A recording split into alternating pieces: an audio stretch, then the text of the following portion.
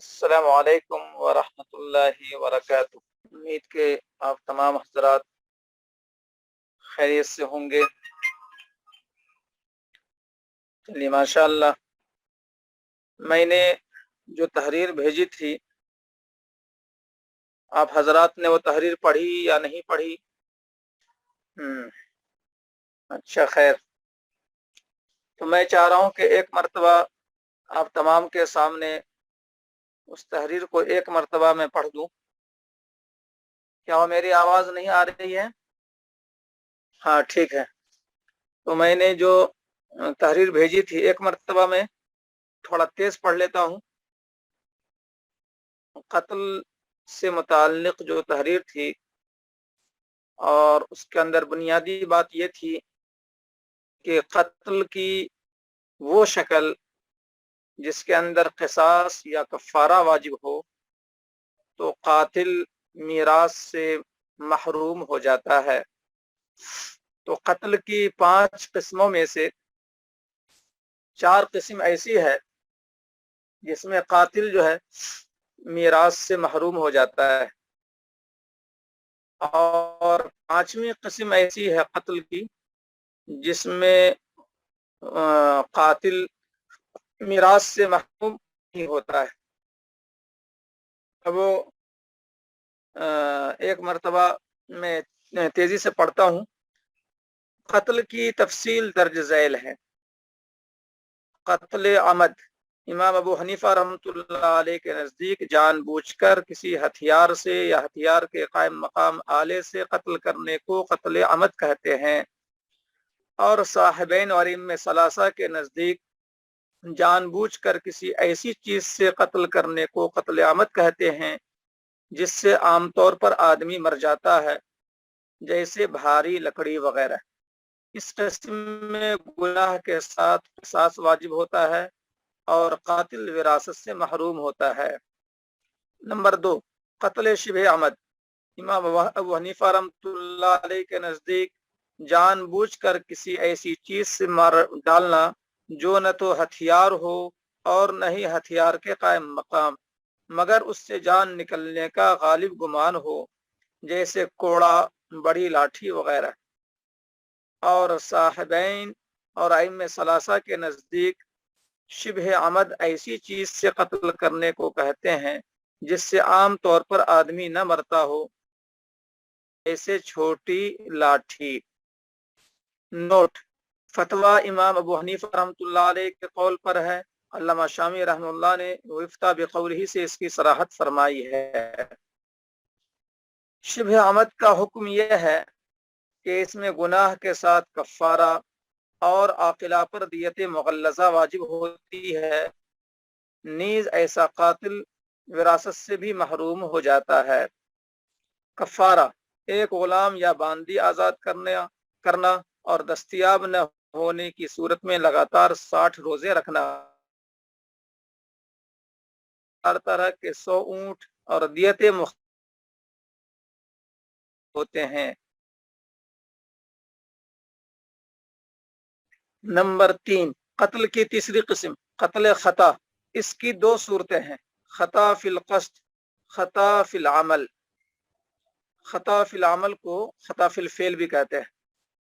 کسی مسلمان کو شکار سمجھ کر مار ڈالنے کو خطا فی القصد کہتے ہیں، جیسے کوئی اپنے مورث کو شکار سمجھ کر مار ڈالے اور نشانہ تو خطا فی القصد میں جو ہے گویا کہ غلط فہمی ہو گئی، شکار سمجھ لیا، انسان کو اپنے ہی مورث کو شکار سمجھ لیا، گویا کہ سمجھنے میں غلط فہمی ہو گئی خطا فی القصد میں۔ اور خطا فی العمل میں جو ہے نشانہ چوک جائے، اور نشانہ چوک جانے کو خطا فی العمل کہتے ہیں، جیسے ہرن کا نشانہ کر کے فائر کیا، اچانک مورث سامنے آ گیا اور اسے گولی لگ گئی، یا بلا قصد بندوق درست کرتے ہوئے گولی چلی جس سے مورث کی موت واقع ہو گئی، تو یہ خطا فی العمل ہے، نشانہ چوک جانا۔ تو قتل خطا کی یہ شکل تھی۔ اس کے بعد ہے نمبر 4، شبہ خطا، شبہ خطا جو ہے اس کو جاری مجرا خطا بھی بولتے ہیں، شبہ خطا یا جاری مجرا خطا. تو جاری مجرا خطا یا شبہ خطا انجانے قتل کا ہو جانا، انجانے قتل کا ہو جانا، یہ تعبیر اچھی ہے. مثلا الف، نیند میں کروٹ بدلتے ہوئے بچہ دب کر مر جائے. با، درخت یا چھت وغیرہ سے بے اختیار کسی پر گرے اور جس پر گرے وہ مر جائے. قتل خطا کی دونوں قسموں میں کفارہ اور دیت خفیفہ لازم ہوتی ہے. نیز ایسا قاتل وراثت سے بھی محروم ہو جاتا ہے. تو آپ نے دیکھا کہ یہ چاروں قتل جو ہیں یہ اس میں میراث سے محرومی ہوتی ہے. قتل عمد، قتل شبہ عمد، قتل خطا اور شبہ خطا، ان چاروں میں قاتل میراث سے محروم ہو جاتا ہے. قتل بالسبب، قتل کا سبب اختیار کرنا. مثلا کسی نے غیر کی زمین میں کنواں کھودا، اتفاق سے کنواں کھودنے والے کا رشتہ دار یعنی مورث اس میں گر کر مر گیا، یا غیر کی مملوکہ زمین میں پتھر رکھ دیا، اتفاق سے پتھر رکھنے والے کا رشتہ دار یعنی مورث اس سے ٹکرا کر گرا اور جاں بحق ہو گیا. اس قتل میں صرف عاقلہ پر دیت واجب ہوتی ہے، نہ تو کفارہ واجب ہوتا ہے اور نہ ہی قاتل وراثت سے محروم ہوتا ہے.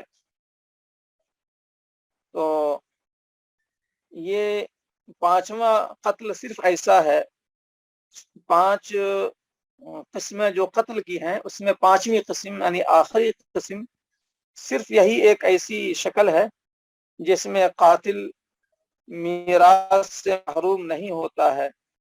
جس نے غیر کی زمین میں کنواں کھود دیا یعنی اپنی زمین میں نہیں، اور کنواں میں جو ہے اپنا مورث مر گیا گر کر، یا غیر کی مملوکہ زمین میں پتھر رکھ دیا اور گاڑی سے آ رہا تھا اور ٹکرا گیا اپنا ہی رشتہ دار جو کہ مورث بن رہا ہے اس قاتل کا، پتھر رکھنے والے کا. تو اس طرح سے قتل کا ذریعہ بنا یہ پتھر رکھنے والا وارث. تو بہرحال اس شکل میں میراث سے محرومی نہیں ہوگی، اس لیے کہ اس کے اندر قصاص یا کفارہ واجب نہیں ہوتا ہے، صرف جو ہے دیت واجب ہوتی ہے.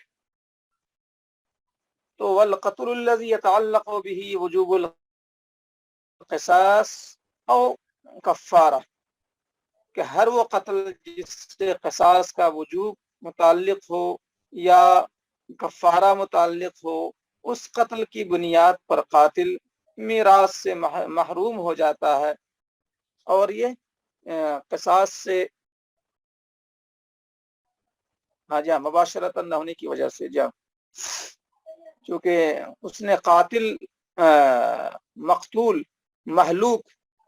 محلوق کو اس نے مارنے کا کوئی ارادہ نہیں کیا، نہ تو وہ قتل عمد ہے، نہ شبہ عمد ہے، نہ قتل خطا ہے، بلکہ ایک سبب، ایک ذریعہ بنا پتھر رکھنے کی وجہ سے. تو بہرحال مباشر نہیں رہا وہ. تو یہ تھوڑی سی وضاحت ہو گئی. اور مزید جو ہے اگر آپ کو دوبارہ دیکھنا ہو، سیبارہ دیکھنا ہو، تو گروپ کے اندر یہ تحریر موجود ہے.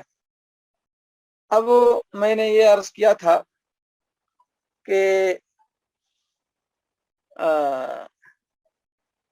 ٹھیک ہے معنی مباشر نہیں ہے، پانچویں قسم میں مباشر نہیں ہے، اور باقی چار شکلوں میں مباشر ہے. وہ چاہے خطأ نہیں صحیح لیکن مباشر ہوتا ہے، اور پانچویں شکل میں مباشر نہیں ہے. اب جو ہے یہ دیکھیے کہ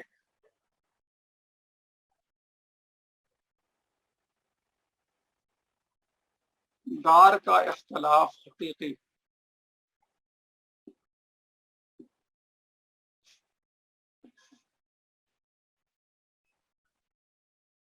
कल हरबी व ज़िम्मी।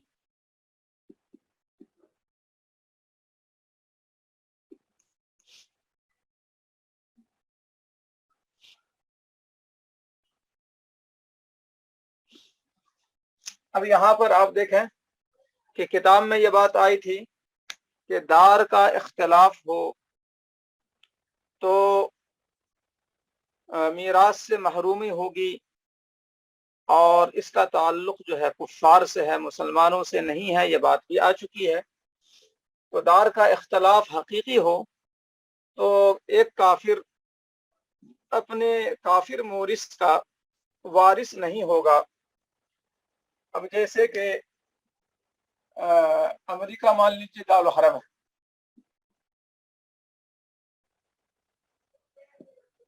और सऊदी अरब ये है दारुल इस्लाम। अब अमेरिका में बाप काफिर मर गया,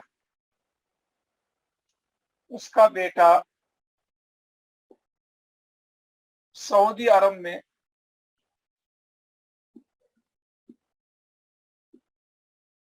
जिम्मी की हैसियत से रह रहा है। तो अब दारुल क़ज़ा से, अब दारुल क़ज़ा काफिर बेटे को मीरास नहीं दिलाएगा, मीरास नहीं दिलाएगा।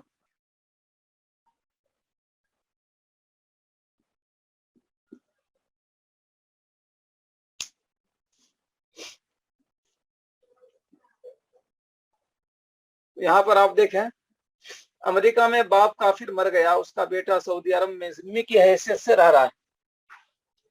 तो हरबी जो है, हरबी किसे कहते हैं? हरबी जो है दारुल हर्ब का बाशिंदा, और जिम्मी किसे कहते हैं? दारुल इस्लाम का शहरी जो जिजिया देकर रहता है।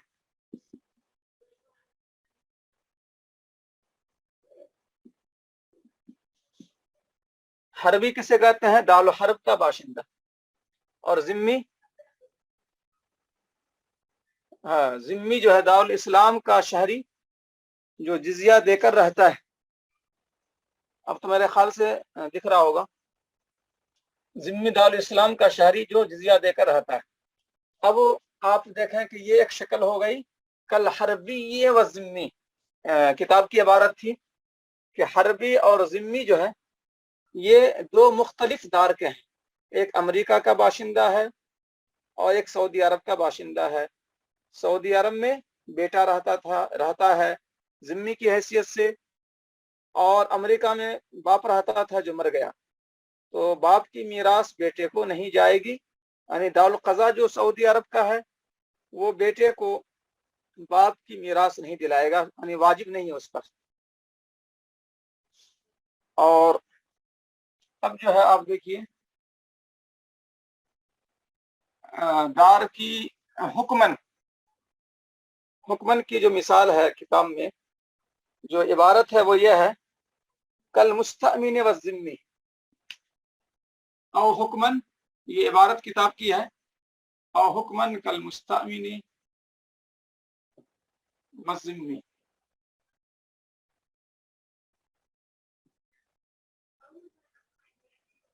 दार का इख्तलाफ, दार का इख्तलाफ हुक्मन हो।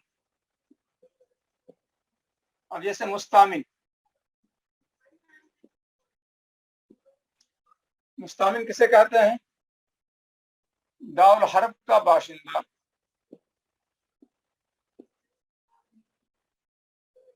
जो वीजा लेकर दारुल इस्लाम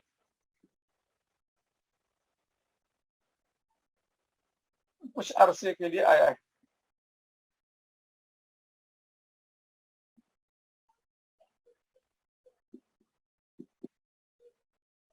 दारुल-हर्ब का बाशिंदा जो वीजा लेकर दारुल इस्लाम कुछ अरसे के लिए आया, ये हो गया मुस्तामिन।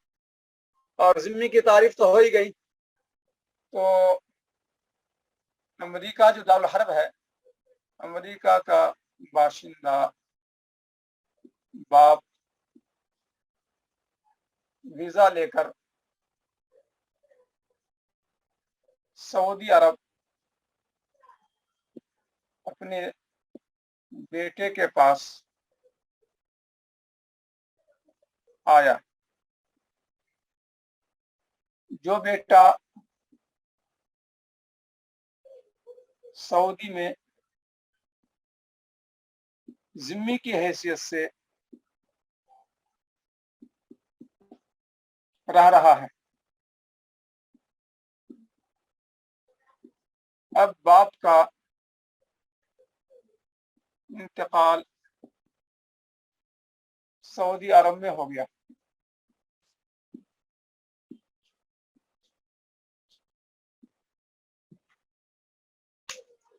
अब इस मिसाल में आप ये गौर करें कि सऊदी अरब में अपने बेटे के पास कौन आया है? अमेरिका का बाशिंदा बाप वीजा लेकर। तो बाप हो गया मुस्तामिन। इबारत क्या है? और हुक्मन कल मुस्तामिन व जिम्मी। मुस्तामिन जो है यहाँ पर कौन है? बाप है, जो अमान लेकर सऊदी अरब वीजा लेकर, अमान लेकर एक ही बात है, जो अमान लेकर वीजा लेकर सऊदी अरब आ गया है, तो बाप क्या हो गया? मुस्तामिन। और बेटा तो जिम्मी है ही, जो सऊदी अरब में रह रहा है। तो अब बाप का इंतकाल यही हो गया सऊदी अरब में। तो बज़ाहिर दोनों का एक ही दार है, एक ही मुल्क में है, फिर भी हुक्मन इख्तिलाफ है। अगरचे के एक ही मुल्क में दोनों हैं, बाप बेटा, और बाप का इंतकाल हुआ है, लेकिन फिर भी हुक्मन एक ही दार में है। बज़ाहिर एक ही दार में दोनों है, लेकिन हुक्मन इख्तिलाफ है।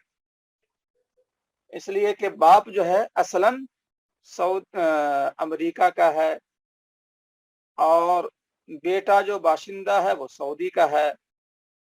तो असलन जो है दार अलग अलग है। हुक्मन औ हुक्मन औ हुक्मन, हुक्मन जो है दार अलग अलग है। बज़ाहिर एक दार में, मैंने पता नहीं क्या कह दिया, बज़ाहिर एक दार में है, लेकिन एक दार में बज़ाहिर रहने के बावजूद इसे हुक्मन अलग अलग माना गया है। इस जुमले को ज़हन में रखिए। पहले मैंने शायद उल्टा कह दिया। बज़ाहिर दोनों एक ही दार में है, लेकिन हुक्मन दोनों का दार अलग अलग तस्लीम किया गया है। क्योंकि मुस्तामिन जो होता है वो तो वक्ती तौर पर सऊदी अरब आया था, इत्तेफाक से मर गया, लेकिन वो इस दार का है ही नहीं, वो तो अमेरिका का है बाप। लिहाजा हुक्मन दार मुख्तलिफ ही माना जाएगा बज़ाहिर एक दार में इंतकाल के बावजूद। तो अमेरिका का बाशिंदा बाप वीजा लेकर सऊदी अरब अपने बेटे के पास आया, जो बेटा सऊदी अरब में जिम्मी की हैसियत से रह रहा है। अब बाप का इंतकाल सऊदी अरब में हो गया, तो ये दार के इख्तिलाफ की शक्ल हुक्मन है। बज़ाहिर दार एक ही है, लेकिन हुक्मन दार अलग अलग है। लिहाजा इस शक्ल में भी मामला दारुल क़ज़ा चला जाए तो काजी पर लाजिम नहीं है कि बेटे को मीरास दिलाए। वो बेटा अपने तौर पर जो करना है कर ले, और उसके भाई वगैरह अमेरिका में है, जो करना है कर ले आपस में। लेकिन मुसलमान की जिम्मेदारी, मुसलमान काजी की जिम्मेदारी नहीं है कि उसको मीरास में हिस्सा दिलाए, उस पर लाजिम नहीं है शरअन। तो ये हुक्मन की मिसाल हो गई, दार का इख्तिलाफ हुक्मन हो। और आखिरी ताबीर यह है अविल हरबियैनी मिन दारैनी मुख्तलिफैन, अविल हरबियैनी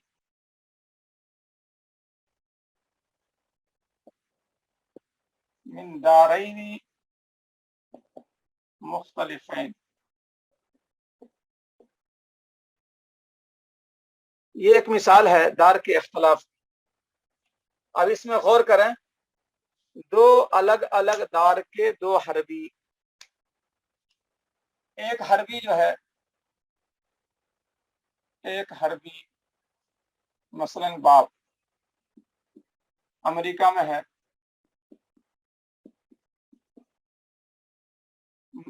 मसलन बाप अमेरिका में है। दूसरा हरबी यानी मसलन बेटा रूस में है।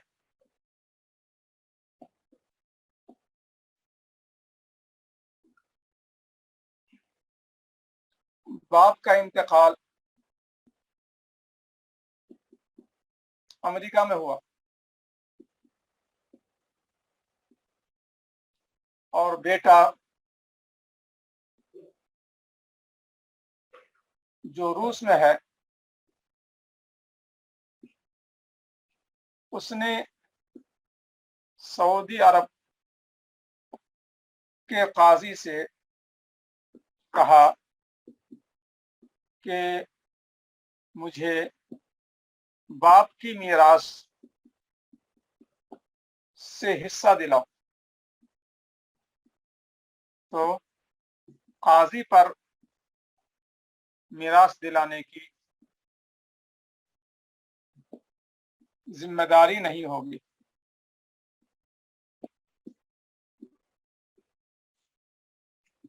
देखा आपने, दो हरबी दो मुख्तलिफ दार के हैं। एक हरबी मसलन बाप अमेरिका में है, दूसरा हरबी मसलन बेटा रूस में है। बाप का इंतकाल अमेरिका में हुआ और बेटा जो रूस में है उसने सऊदी अरब के काजी से कहा कि मुझे बाप की मीरास से हिस्सा दिलाओ। तो काजी पर मीरास दिलाने की जिम्मेदारी नहीं होगी, क्योंकि दोनों का दार अलग अलग है। ये मिसाल हो गई, दो अलग अलग दार के दो हरबी हैं और ये दार क्या है, इख्तलाफ। ये दार का इख्तलाफ हकीकी है।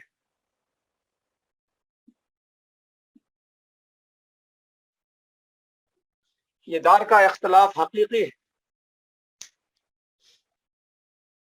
आपने देखा कि ये हकीकी दार का इख्तलाफ है। एक रूस में रह रहा था, एक अमेरिका में रह रहा था और अमेरिका वाले का इंतकाल अमेरिका ही में हुआ। तो ये दार का इख्तलाफ हकीकी है। अगर मज़कूरा शक्ल में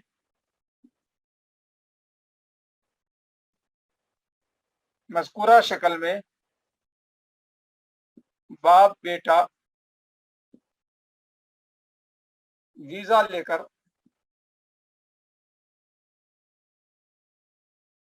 सऊदी अरब चले गए,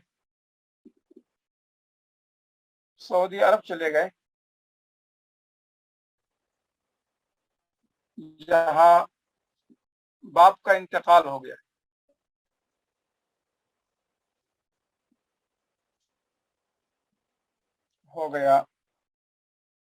तो बज़ाहिर दोनों एक ही दार में हैं।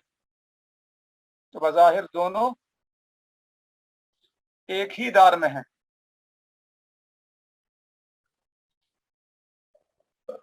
दार में है लेकिन हुक्मन दार अलग है।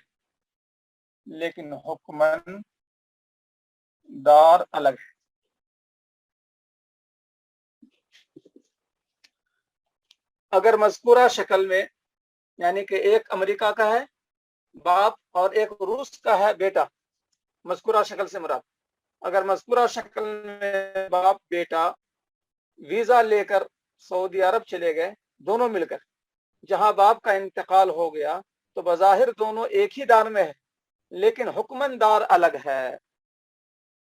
एक है रूस का यानी बेटा اور ایک ہے امریکہ کا یعنی باپ، دونوں مل کر جو ہے پلان بنائے اور بات چیت کر لیے اور دونوں پہنچ گئے سعودی عرب کسی کام سے، اور سعودی عرب پہنچ کر باپ کا انتقال ہو گیا۔ تو بظاہر دونوں ایک ہی دار میں ہیں لیکن حکمن دار الگ الگ ہے، لہذا اس شکل میں بھی اس کافر بیٹے کو میراث دلانے کی ذمہ داری دارالقضا کی نہیں ہوگی۔ تو گویا کہ ابی الحربیین من دارین مختلفین، یہ عبارت دار کے اختلاف حقیقی کی بھی ہے اور یہ عبارت دار کے اختلاف حکمی کی بھی ہے، حکمن دار الگ ہے۔ یہ ایک ٹکڑا جو ہے دار کا اختلاف حقیقی اور دار کا اختلاف حکمی، دونوں سے متعلق یہ عبارت ہے، یعنی دونوں مصداق بن رہا ہے بیک وقت۔ تو یہ کل کی جو عبارت تھی وہ عبارت مکمل ہو گئی، اور اب جو ہے آگے کا سبق ہے۔ تو آگے کے لیے حکمن یا حقیقتاً، یعنی دونوں کے دار کا اختلاف چاہے حقیقی ہو اور دار کا اختلاف چاہے حکمی ہو۔ تو حقیقی اختلاف کی شکل بھی آپ کے سامنے آئی، کل حربی و ذمی، وہ عبارت آئی، اور حکمن اختلاف کی مثال آئی تھی کل مستأمن و ذمی، تو وہ یہاں پر دار کا اختلاف دونوں ہے۔ اس عبارت میں نے وہی بتلانا چاہ رہا تھا کہ اس عبارت میں دونوں مثالیں ہیں۔ جب یہ والی شکل ہوگی پہلی تو اختلاف حقیقی ہے دار کا، اور جب نیچے والی شکل ہوگی تو پھر دار کا اختلاف حکمی ہے۔ تو یہ دونوں شکل اس عبارت کے اندر موجود ہے۔ یہ آپ جو ہے دوبارہ پڑھ لیجئے کہ یہاں پر جو ہے دو الگ الگ دارالحرب کا باشندہ ہے، ایک امریکہ کا باپ اور ایک روس کا بیٹا، تو دو الگ الگ دارالحرب کے ہیں، اور انتقال امریکہ میں ہو رہا ہے باپ کا، تو یہ دار کا اختلاف حقیقی ہو گیا۔ یہ دار کا اختلاف حقیقی ہے، اسی پر تبصرہ ہے، یہ دار کا اختلاف حقیقی ہے۔ لیکن اگر یہی امریکہ کا باپ اور روس کا بیٹا دونوں چلے گئے سعودی عرب چلے گئے جہاں باپ کا انتقال ہو گیا، تو بظاہر دونوں ایک ہی دار میں ہیں لیکن حکمن دار الگ الگ ہے، یعنی دونوں جو ہے دو الگ الگ دارالحرب کے ہیں۔ باپ جو ہے امریکہ کا ہے یہاں بھی، اور بیٹا جو ہے روس کا ہے، دونوں سعودی عرب آ گئے، لیکن ان لوگوں کا دار جو ہے وہ ایک کا امریکہ ہے اور ایک کا روس ہے۔ تو حربیین کی جو تعبیر ہے یہاں بھی منطبق ہو رہی ہے حربیین کی، اور اس مثال میں بھی حربیین ہے، ابی الحربیین، یہ جو عربی عبارت ہے کتاب کی، ابی الحربیین من دارین، تو یہ عبارت اس مثال پر بھی فٹ ہو رہی ہے اور یہ عبارت اس مثال پر بھی فٹ ہو رہی ہے، دونوں شکلوں پر۔ تو اس لیے یہ عبارت دار کا اختلاف حقیقی اس کو بھی شامل ہے، اور دار کا اختلاف حکمن دار الگ ہے اس کو بھی شامل ہے۔ یہ عبارت بیک وقت دونوں کو شامل ہے۔ تو بہرحال آپ اس عبارت کو فوٹو لے لیں اور غور کر لیں، تو بیک وقت یہ عبارت دونوں شکلوں کو شامل ہے، دار کا اختلاف حقیقی اور دار کا اختلاف حکمی۔ تو خیر یہ سب مسئلہ جو ہے یہ سب جو ہے کافر سے متعلق ہے اور یہ سب کوئی پیش آنے والا نہیں ہے۔ اب جو ہے اصل بحث شروع ہو رہی ہے کہ کافر جو ہے آپس میں کیا کریں گے، وہ اپنے مرضی کے مالک ہیں، لیکن جب کافر کا معاملہ دارالقضاء مسلمان کے عدالت میں آ جائے تو اس اعتبار سے یہ سب احکام ہے کہ کافروں کا معاملہ ہمارے دارالقضاء میں آ جائے جبکہ وہ ہمارے دار کا ہے بھی نہیں، کسی اور دار کا ہے، کسی اور ملک کا ہے، جب ہمارا اس پر زور نہیں چلتا تو ہم انہیں حصہ کیسے دلا سکتے ہیں۔ हाँ, मुसलमान कहीं भी हो वो वारिस होगा। ये तो बात आ चुकी थी इससे पहले। मुसलमान दुनिया के किसी भी कोने में हो वो जो है वारिस होगा। वो सब बातें बिल्कुल तफसील से आ चुकी हैं और बातें कल ही आई थी। अब अगला जो बाब है, बाबो मारिफतिल फुरूस व मुस्तहिक़ीहा। बाबो मारिफतिल फुरूस व मुस्तहिक़ीहा, इसको मैं थोड़ा सा बोर्ड पर समझाता हूँ और उसके बाद वक्त बचा तो किताब की तरफ आता हूँ। अब जो है असल में आप लोगों को अहवाल याद करने हैं ज़विल फुरूस के।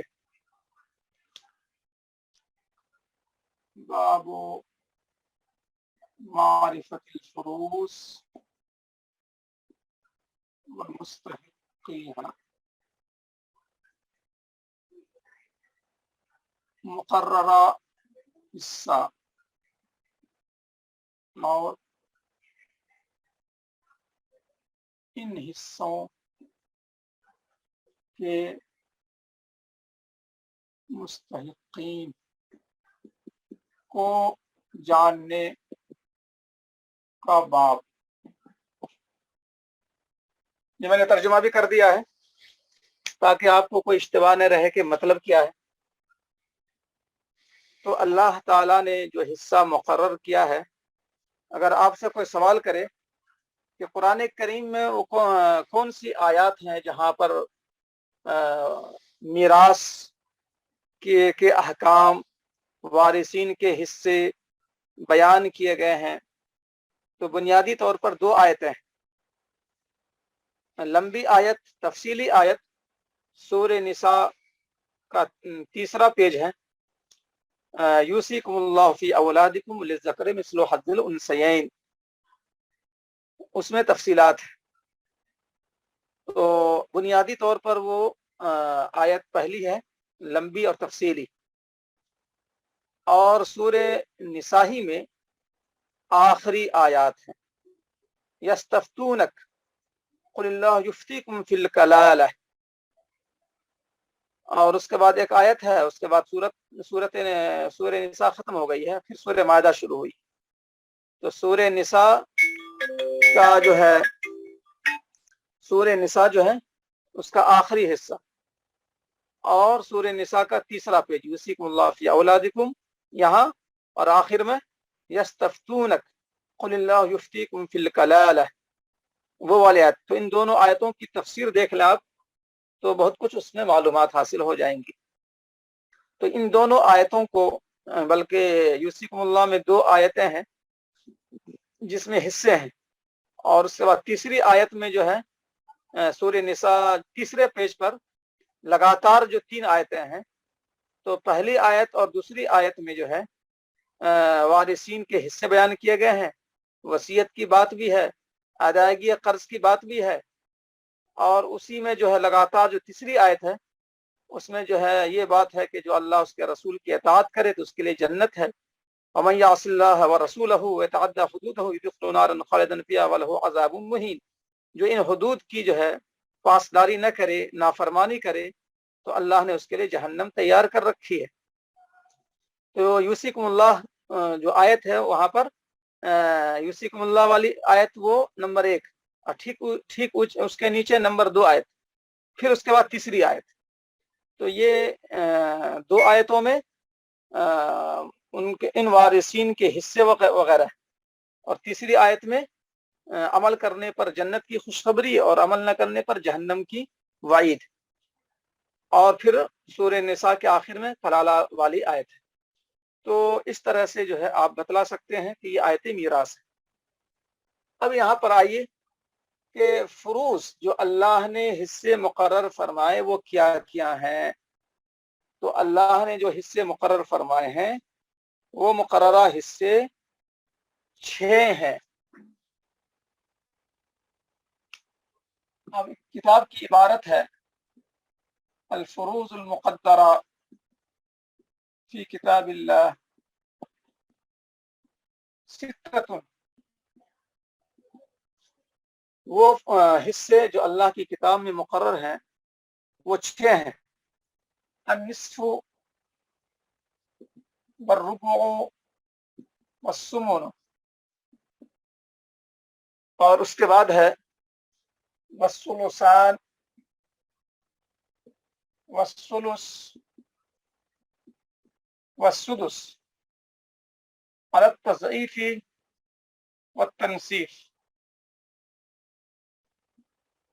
تضعيف والتنصيف.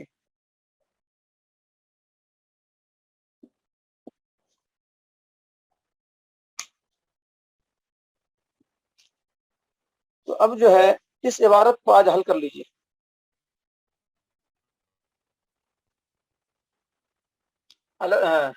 یہ جو ہے کتاب کی عبارت ہے. الفروض المقدرہ فی کتاب اللہ ستۃ، اللہ کی کتاب میں مقررہ حصے 6 ہیں، 7واں نہیں ہے، 8واں نہیں ہے. وہ مقررہ حصے کیا ہیں؟ کسی کو نصف مل سکتا ہے، کسی کو ربع مل سکتا ہے، کسی کو ثمن مل سکتا ہے. نصف کا مطلب آدھا، ربع کا مطلب چوتھائی، ثمن کا مطلب 8واں. نصف کا مطلب کیا ہوا؟ آدھا. اور اس کا کیا مطلب ہے؟ 50%. 50%. اسی کو لکھتے ہیں 1/2. جو لوگ حساب سے واقف ہیں ان کے لیے جو ہے یہ کوئی مشکل چیز نہیں ہے، بلکہ آسان ترین ہے. اور جو حساب سے جن کی مناسبت نہیں ہے تو بہرحال ان کے لیے دقت تو ہوگی، اس لیے ان کو تھوڑا سیکھنا پڑے گا. وہ تھوڑا کچھ محنت کر کے آئیں، اپنے گھر میں جو لوگ جانتے ہوں ان سے تھوڑا سیکھیں. تو نصف کا مطلب آدھا، آدھا کا مطلب 50%، اور 50% کو ہم 1/2 بھی لکھتے ہیں. یہ سب کے سب ایک ہی بات ہے.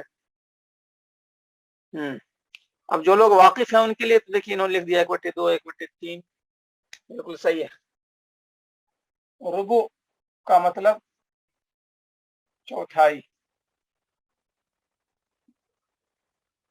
اس کا مطلب ہے 25%، اور اس کو لکھتے ہیں 1/4.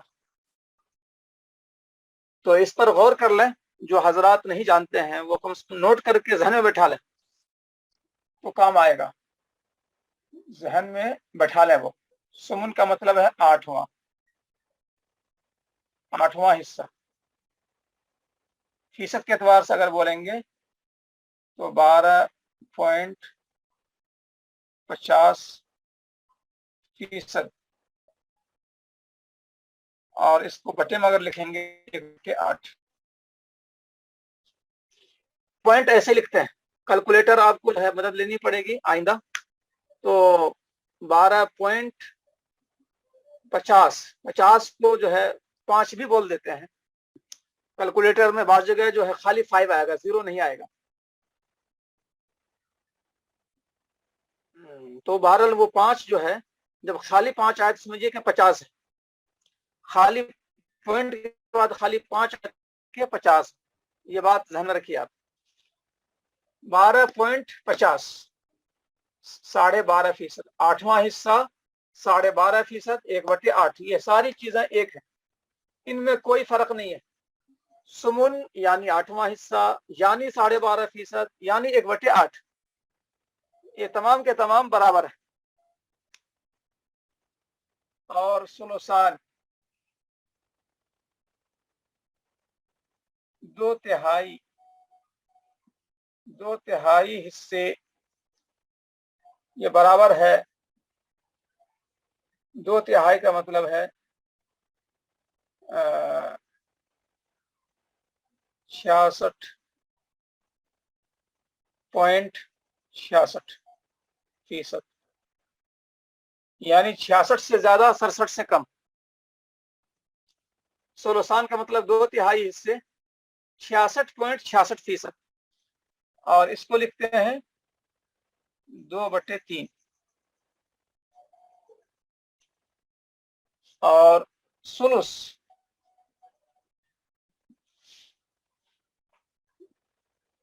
सुलुस का मतलब 1/3 हिस्सा, 1/3 हिस्सा, ये बराबर है 35.33%। और इसको लिखते हैं 1/3।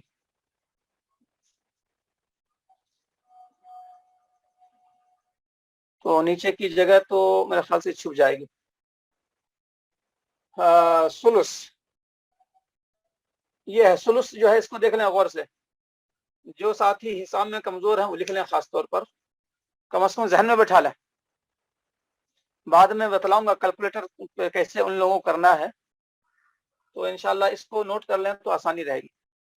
सुलुस 1/3 हिस्सा, 33.33%, 1/3, ये सब के सब बराबर है।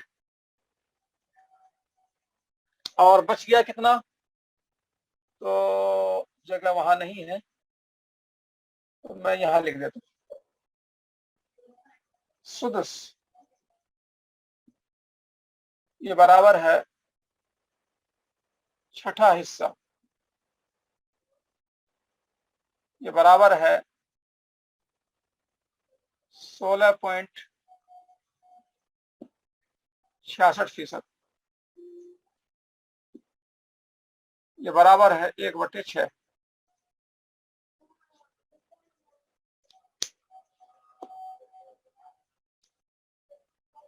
इसको आप हजरात नोट कर लें जो खास तौर से हिसाब में कमजोर है। अब यहां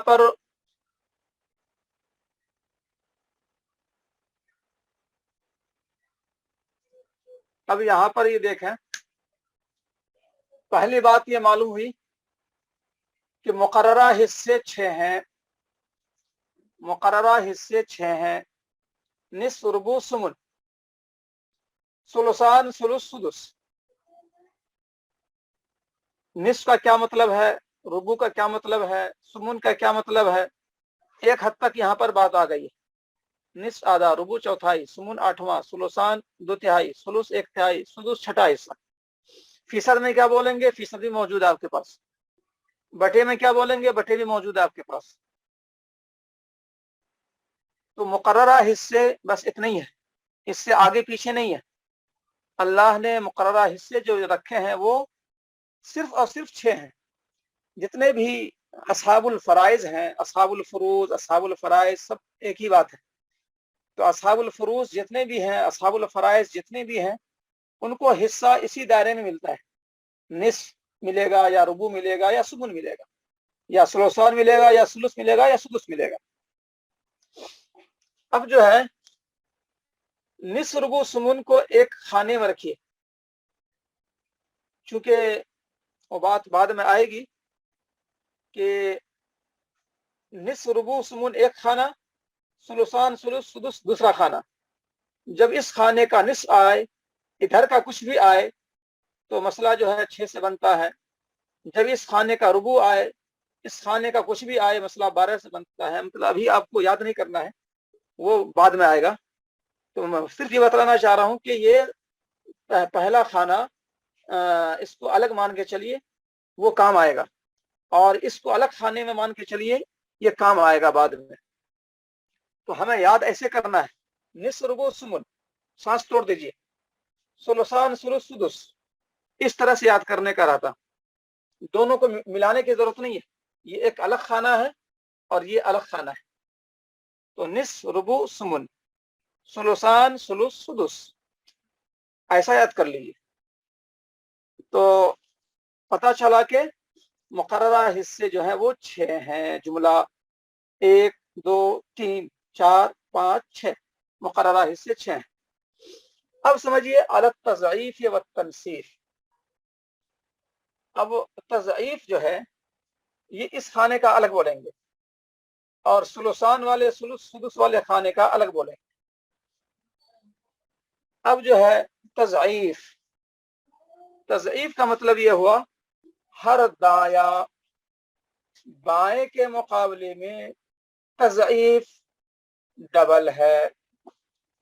तज़ईफ, हर दाया बाएं के मुकाबले में डबल है। इस जुमले को जो है खास तौर से दोहरा लीजिए, जिनको दिक्कत हो रही हो वो पहले दोहरा लें। हर दाया बाएं के मुकाबले में डबल है। चाहे भी समझ में ना आया हो फिर भी इस जुमले को दोहराइए, जुबान से दोहराइए। हर दाया बाएं के मुकाबले में, ये दाएं है और ये बाएं है, इधर बाएं इधर दाएं, तो दाया इस बाएं के मुकाबले में ये बाएं तरफ हो गया, ये दाएं तरफ हो गया। हर दाएं बाएं के मुकाबले में डबल है। अब देखिए आप, निस का मतलब आधा 50%, रुबू का मतलब चौथाई 25%, तो निस जो है डबल हो गया रुबू का। जब इस रुबू को डबल करेंगे तो निस हो जाएगा। जब इस रुबू को डबल करेंगे तो निस हो जाएगा। तो निस डबल हो गया रुबू का। और रुबू जो है, रुबू और सुमुन, रुबू और सुमुन जो है, यहाँ रुबू देखिए दाया हो गया, सुमुन बाया हो गया। रुबू जो है दाया हो गया, सुमुन जो है बाएं तरफ, रुबू दाएं तरफ। तो चौथाई डबल हो गया 8वें हिस्से का। चौथाई हिस्सा डबल हो गया 8वें हिस्से का। चौथाई यानी 25%। अगर 100 रुपया है तो 25 रुपया। 100 रुपया में से, फीसद का मतलब है 100 में। फी जैसे बोलते हैं, फी यानी पर हेड बोलते हैं, पर हेड इतना। इंग्लिश उर्दू में बोलते फीकस। तो फी सद 100 में। तो अगर 100 है तो चौथाई का मतलब है, अगर 100 रुपया है तो 25 रुपया। और सुमुन 8वां हिस्सा यानी 100 में 12.5 रुपया, 12.5%। तो 100 रुपया में 12.5 रुपया। तो रुबू डबल हो गया सुमुन का। हर दाया बड़ा हो गया अपने बाएं के मुकाबले में, सुमुन के मुकाबले में रुबू डबल हो गया। यह हुआ तज़ईफ। अब जो है देखिए आप, दूसरा खाना सुलुसान और सुलुस। सुलुसान दाया डबल है अपने बाएं सुलुस से, अपने बाएं सुलुस से। सुलुसान देखिए आप, 2/3 हिस्से, यानी कि 100 रुपया में 66 रुपया 66 पैसा, 2/3। ये डबल है सुलुस का 1/3 हिस्सा, यानी 100 रुपये में 33 रुपये 33 पैसे। तो सुलुसान डबल हो गया सुलुस का। दाया डबल हो गया बाएं के मुकाबले में, यानी सुलुस के मुकाबले में अलग तज़ईफ का ये मतलब हो गया। इसी तरह से सुलुस और सुदुस में मुकाबला करें तो सुलुस दाया, सुदुस बाया। दाया डबल हो गया बाएं के मुकाबले में। दाया है 1/3 33.33%, और बाया है सुदुस छठा हिस्सा 16.66%, 16 रुपया 66 पैसा। 100 रुपये में से, 100 रुपये में से 16 रुपया 66 पैसा, और तिहाई जो है 33 रुपया 33 पैसा। तो सुलुस डबल हो गया सुदुस का। तो हर दाया बाएं के मुकाबले में डबल है। अलग तज़ईफ का यह मतलब हुआ। व तनसीफ, अब तनसीफ जो है उल्टा कर लीजिए। हर बाया आधा है, हर बाया आधा है दाएं के मुकाबले में। हर बाया आधा है दाएं के मुकाबले में। तनसीफ के मतलब है आधा होना। तो रुबू जो है बाएं है, रुबू बाएं वाला आधा है। तनसीफ किसका? दाएं यानी निस्फ का। ये निस्फ यहां लिखा हुआ, ये रुबू यहां लिखा हुआ है। तो रुबू यानी बाया आधा है दाएं यानी निस्फ का। चौथाई जो है ये आधा है इस निस्फ का। हर बाया आधा है दाएं के मुकाबले। रुबू और सुमुन में मुकाबला कीजिए। सुमुन बाया निस्फ है, आधा है अपने दाएं के मुकाबले में, یہ آٹھواں حصہ سمن بایاں والا آدھا ہے اس ربع کا، چوتھائی کا، یہ آٹھواں حصہ کیا ہے؟ آدھا ہے. تو ہر بایاں دائیں کے مقابلے میں آدھا ہے. اسی طرح سے سلسان اور سلس، سلس یہ دایاں سلسان، یہ بایاں آدھا ہے اس دائیں کا، اس سلسان کا یہ آدھا ہے. تو ہر بایاں دائیں کے مقابلے میں آدھا ہے. یہ بایاں ایک تہائی سلس، آدھا ہے دائیں کا یعنی سلسان کا 2/3 کا. اور آخری مقابلہ سدس اور سدس. تو ہر بایاں سدس آدھا ہے اس سدس کا. تو یہ سدس بایاں ہے اور یہ سدس دایاں ہے. یہ والا سدس اور سدس، بایاں جو ہے سدس آدھا ہے اس سدس کا. سدس کا مطلب چھٹا حصہ، سدس کا مطلب تہائی حصہ. چھٹا حصہ آدھا بنتا ہے، آدھا ہے تہائی کے مقابلے میں. تو اگر ہم نے بایاں کا مقابلہ کیا دائیں سے تو تنصیف کا جواب آئے گا. بائیں کا مقابلہ دائیں سے کرنا ہے کہ یہ بایاں اس دائیں کے مقابلے میں تنصیف آدھا ہے. جب دائیں کا مقابلہ بائیں سے کریں کہ نصف ربع کے مقابلے میں کیا ہے تو جواب میں تضعیف آئے گا. دائیں کا مقابلہ بائیں سے کریں تو تضعیف آئے گا، اور بائیں کا مقابلہ دائیں سے کریں تو تنصیف آئے گا. تو یہ مطلب ہوا التضعیف والتنصیف کہ نصف ربع سمن میں تینوں کا معاملہ ایسا ہے کہ تضعیف و تنصیف والی بات ہے. ہر دایاں بائیں کے مقابلے میں ڈبل ہے، ہر بایاں دائیں کے مقابلے میں آدھا ہے تنصیف. تو التضعیف والتنصیف کا یہ مطلب ہوا. تو یہ بات آپ لوگوں کو سمجھ میں آئی یا نہیں آئی؟ اگر اس میں کسی کو کچھ پوچھنا ہے تو پوچھ سکتے ہیں. چلیے ٹھیک ہے. اب جو ہے اب آگے کی جو عبارت ہے وہ یہ ہے، میں لکھ دیتا ہوں.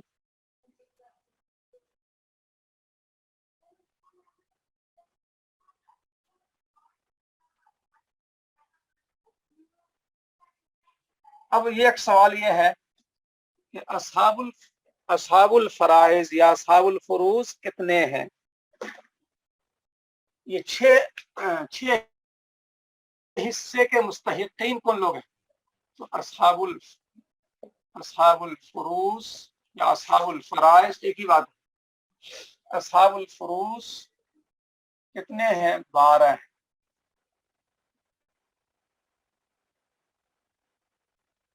اصحاب الفروض 12 ہیں. 4 مرد ہیں، 4 مرد حضرات ہیں، 8 عورتیں ہیں.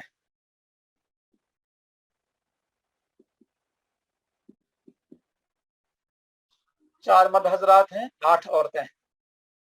اصحاب الفروض 12 ہیں، یعنی مقررہ حصے مستحقین، مقررہ حصے کے مستحقین. یہ جو آپ نے پڑھا ابھی نصف ربع سمن سلسان سلس، یہ جو مقررہ حصے 6 ہیں، ان 6 حصوں کو پانے والے، ان حصوں کو لینے والے کتنے لوگ ہو سکتے ہیں؟ تو 12 سے زیادہ نہیں ہو سکتے. 13واں کوئی اگر ہے تو وہ مقررہ حصے والے نہیں ہیں. مثال کے طور پر چچا جو ہے مقررہ حصے پانے والے 12 ہیں، اس 12 میں چچا نہیں ہے. وہ بات آئے گی باب الاسبات میں کہ چچا جو ہے ان 12 لوگوں میں سے نہیں ہے. تو چچا جو ہے کسی بھی حال میں اس کو یہ نہیں لکھتے کہ ان کا مقررہ حصہ چھٹا ہے، ان کا مقررہ حصہ सुलुस है, चचा का मुकर्ररा हिस्सा सुदुस है या निस्फ है या रुबू है या सुमुन है या सुलुसान है, ऐसा नहीं बोलते चचा के बारे में, इसलिए कि चचा जो है मुकर्ररा हिस्सा के मुस्तहिकीन में नहीं है। तो सिर्फ 12 हज़रत हैं जो मुकर्ररा हिस्से वाले हैं। अब किताब में जो है लिखा गया, जो 4 मर्द हैं, बाप, दादा, दादा को जो है जद्द सही मुराद है। अरबी में किताब में जद्द सही है। नंबर 3 शौहर, नंबर 4 अखियाफी भाई। एक बात जो है ज़हन में रखिए कि जितने भी रिश्ते बोले जाते हैं वो मय्यत से जोड़कर, वारिसीन से नहीं जोड़ते हैं। कभी कभार समझाने के लिए बेटा बेटी को मैं बोलूंगा कि आपस में भाई बहन है, बेटा बेटी।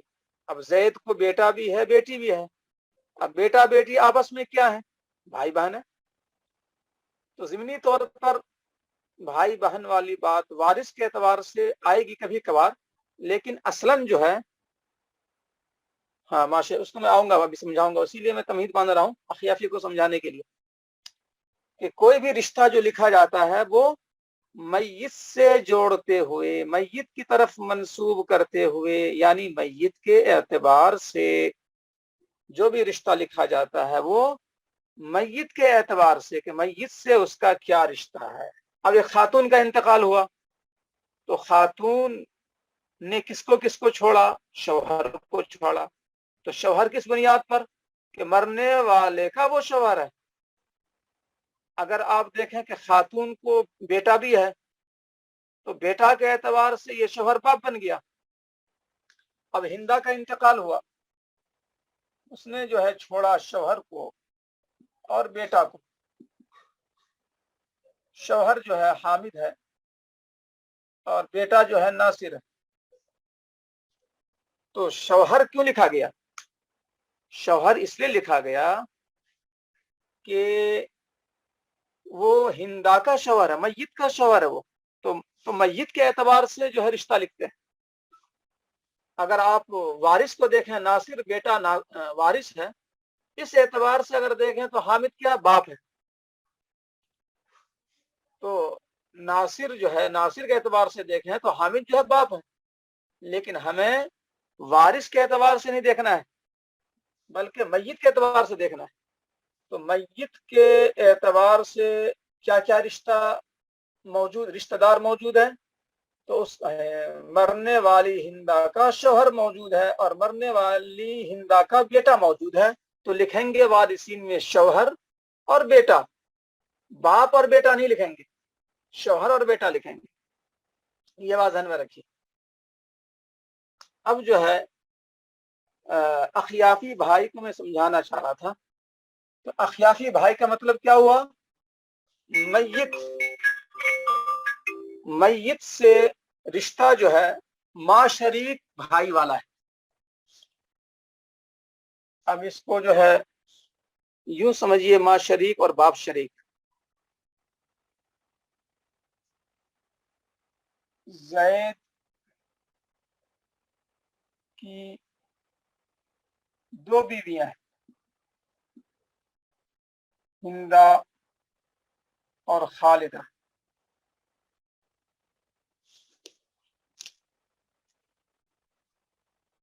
तो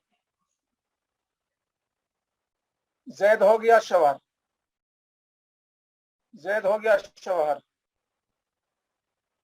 और ये हो गई बीवी, बीवी। अब जो है इससे पैदा हुआ नासिर, और इस शौहर और इस बीवी से पैदा कौन हुआ? जमशेद।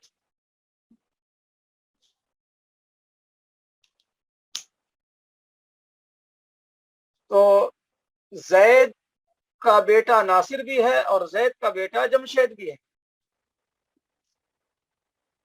देखा आपने? तो यहाँ पर तो नासिर और जमशेद दोनों का बाप एक है। अच्छा, और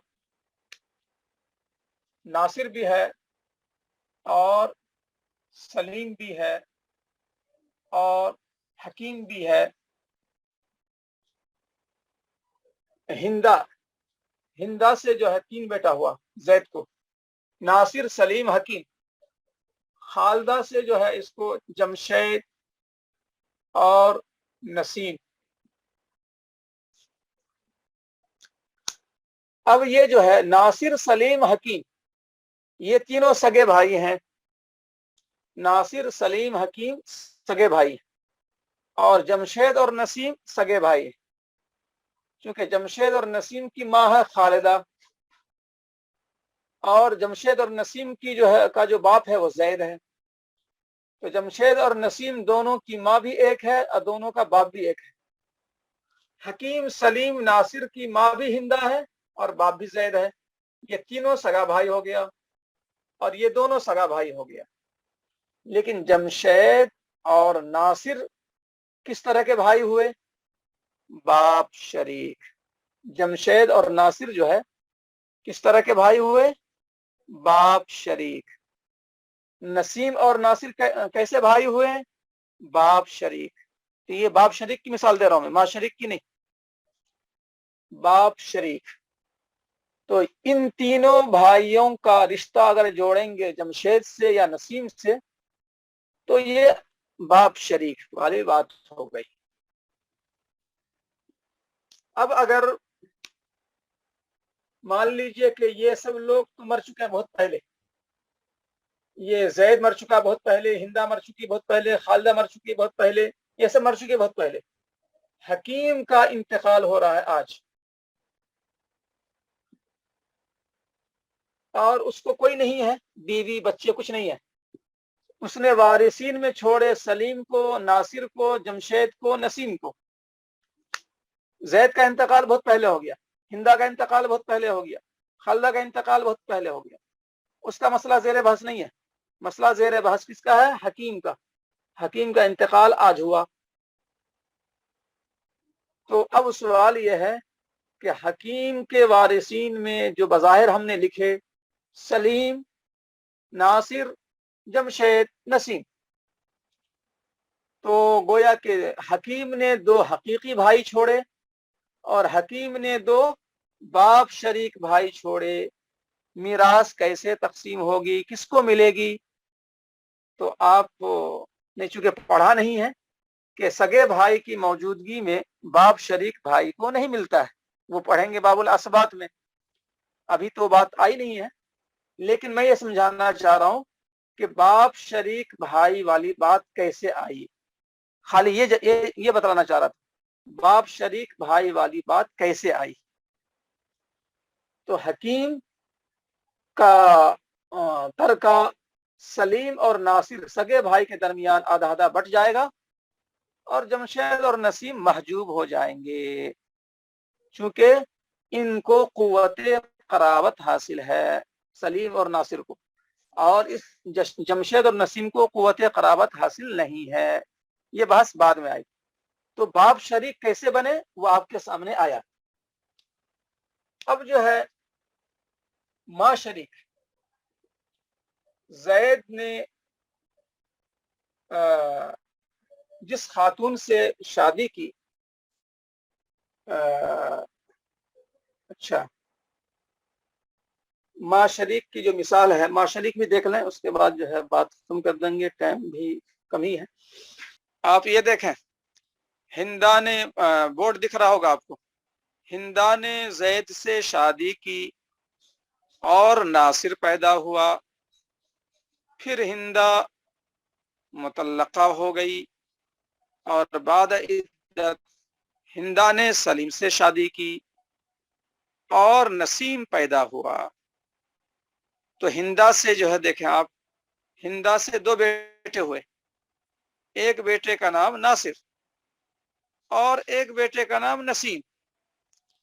لیکن ناصر کا باپ کون ہے اور نسیم کا باپ کون ہے؟